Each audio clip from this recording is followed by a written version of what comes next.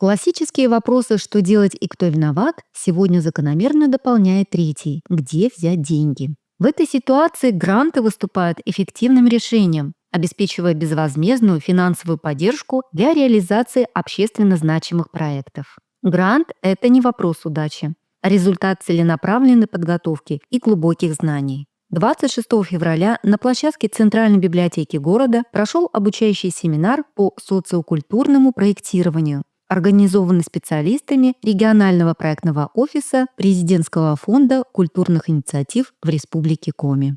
Татьяна Алифир, руководитель проектного офиса, обсудила с представителями учреждений культуры, образования, молодежной политики и спорта нашего города важные этапы получения грантовой поддержки. От формирования идеи и плана, подбора подходящего грантодателя, презентации проекта до составления грамотного бюджета. Мы такую вещь придумали, когда открылся проектный офис. Мы понимаем, что заявителям, которые пишут заявки в Президентский фонд культурных инициатив, необходима помощь, да, потому что очень много заявок пишется и очень мало проходит. Вот. И мы вот эти вот свои знания, которые получили в самом президентском фонде, несем в люди, в массы. Вот. И мы уже на самом деле объехали почти всю республику. Вы у нас предпоследние. Да, вчера мы были в Иркуте, сегодня в Инте. Вот. Это то есть мы проводим учащие мероприятия и в самом Сыктывкаре, и в районах, потому что, мне кажется, это очень важно, такая поддержка. Ну и на самом деле по отклику участников мы слышим, что действительно им это важно и нужно. Вот. И я надеюсь, что это принесет свои золотые яблоки, свои плоды.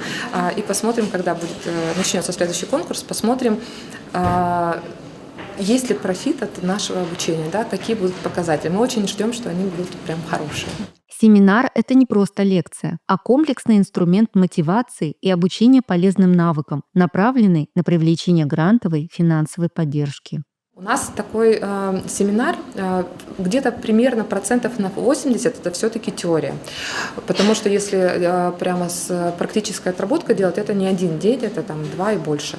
Вот. Поэтому больше теории, но есть интерактивные моменты, где мы тренируемся, учимся различать социальные, социокультурные проекты, учимся ставить цели правильно, задачи формулировать и так дальше. Потом вот эта вот вся механика проектирования, как составить календарный план, как сделать бюджет прозрачным, убедительным, понятным, как привлечь, как показать софинансирование, привлечь партнерскую поддержку. Вот этому мы всему учим на семинаре. И на самом деле, то есть, кроме особенностей конкурсов ПФКИ, очень много ведь базовых вещей, которые, я думаю, что слушателям пригодятся и для написания заявок для других фондов. Это не обучение ради обучения, естественно. Да? Мы обучаем людей, как правильно генерировать проекты, как их писать так, чтобы они были убедительными в глазах экспертов, чтобы они поддерживались фондами федеральными.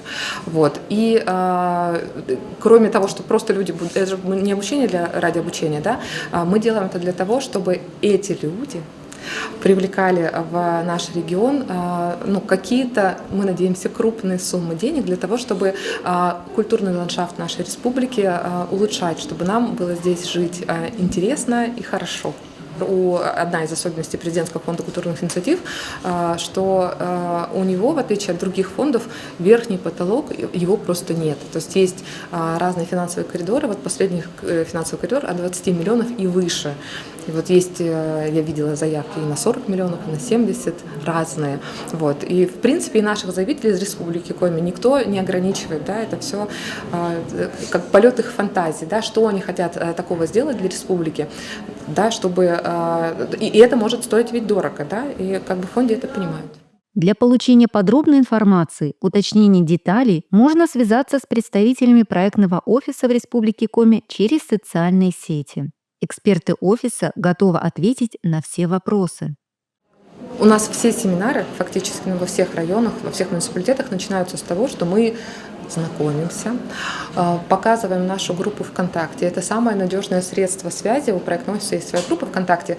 Мы всех туда приглашаем, потому что вот общение через группу – это самое надежное средство связи, потому что на телефонах мы бываем не всегда, и мы открыты. То есть мы не только проводим обучение, мы оказываем методическую помощь и консультационную. И люди, даже несмотря на то, что находятся в районах, могут к нам обратиться, показать свои заявки, которые писали раньше, не прошли, показать свои оценки. Мы обычно так и делаем. они нам отправляют, мы смотрим, потом мы делаем ВКС-ку с ними, созваниваемся и показываем, что можно улучшить, как можно откорректировать свои заявки, и многие уже этим пользуются. И я думаю, что вот сейчас мы закончим свое турне по республике, и таких желающих проконсультироваться будет больше, больше и больше. Главное, чтобы мы справились с этим объемом. Семинар по социокультурному проектированию прошел интересно и продуктивно. Живое изложение материалов зарядило участников идеями для новых проектов. Сотрудники социальной сферы НТ получили ценные инструменты для привлечения финансирования, а значит, впереди нас ждут новые интересные инициативы.